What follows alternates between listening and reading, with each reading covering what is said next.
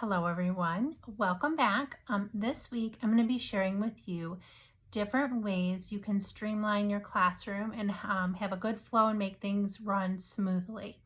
So I'm going to talk about behavior this week, schedules, before and after school, transitions, those kind of things. So today I'm actually going to kind of work backwards, but we're going to talk about the end of the day. So you've probably decided what your kids do when they come into school, how they unpack, but have you thought about your end of the day routine and how that's going to look? So if you're a new teacher here, hopefully you can grab a few tips and tricks. So first of all, every school is different. In my school, we are so huge that they come over the announcements and dismiss like parent pickup first, and then they do a bus. So the kids are sitting in the classroom and waiting. And so that time can get really squirrely. So I've had to kind of come up with some tips and tricks for the end of the day, but also towards the end of the day, I like to just have closure with my kids and kind of wrap up what we've learned. So I'm going to share a few things with you. So one of the things that I've been doing for many years is doing a little chant. And during this chant, you ask a question, 4 different questions to review the day. And honestly, I can't say I've done this consistently every day, but I did prior to COVID do this a lot, probably 3 or 4 times out of 5 a week. So I wish I could give credit to wherever this chant came from, but I have no idea. So if you end up finding out, let me know and I will go back and give them credit. I just have known it for a long time and typed it up.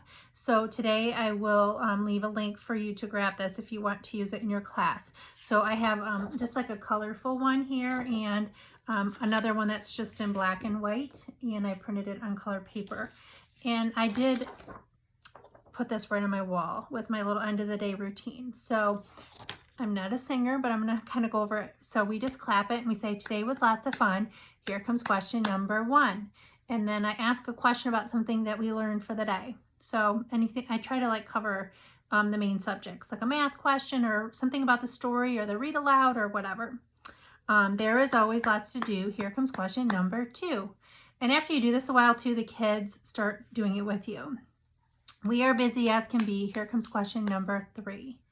We are almost out the door. Here comes question number 4. So that's just a really fun way to kind of end the day with them before they pack up. So I would do that routine with them, that little chant. And then years ago, a parent made this awesome little thing I'm going to share with you. It's kind of big, but it's just a picture frame. And on the picture frame, they glued facts and opinions. Just like little word shiplap. And on the back, the kids all wrote something about me, which was super sweet if you're ever a mom or want to do something special for a teacher. And then the kids circled if it was a fact or opinion, because we teach that a lot. So once your kids know what a fact or opinion is, this is just a picture frame. So another fun thing that we do at the end of the day is I have this little cup and just 2 popsicle sticks. One says opinion, one says fact. And at the end of the day, I draw a stick and it says fact. And I'll say, who can tell me a fact about today? So once they give me a fact, I write it on this board, which is hanging on my wall.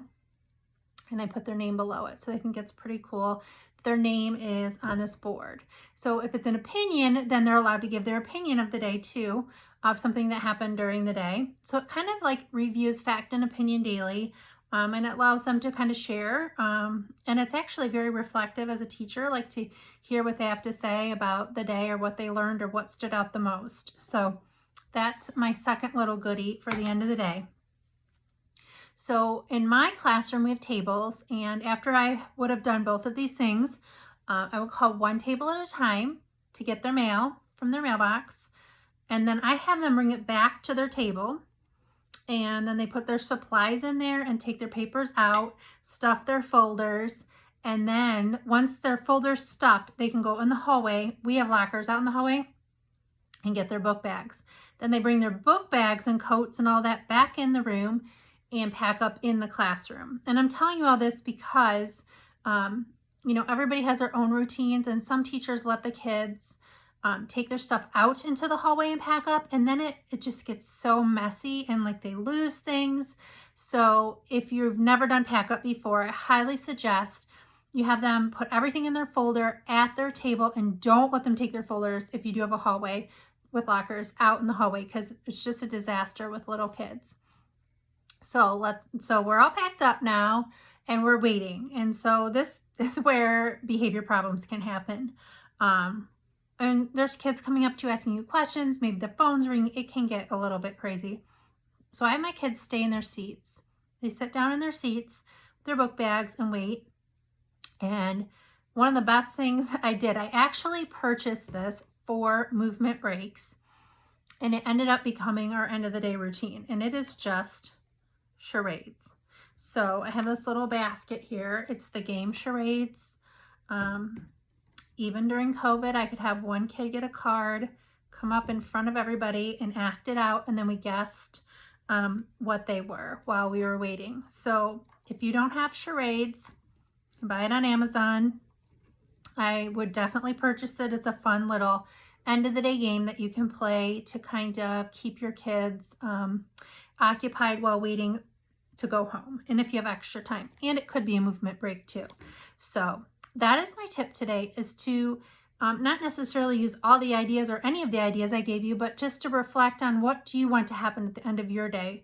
And you'll probably get a better feel for how things are going to go, you know, after school starts and stuff. But I hope that one of these tips help you. Now, if you don't have, obviously you probably won't have a fancy fact and opinion board like I do. You could just use a dry erase board, or laminate a piece of paper that says fact and opinion on it and put it up and do this. It's super fun.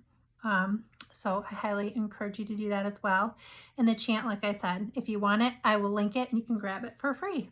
I hope you have a fantastic day. Can't wait to share some more tips and tricks with you to streamline your classroom. Have a great day.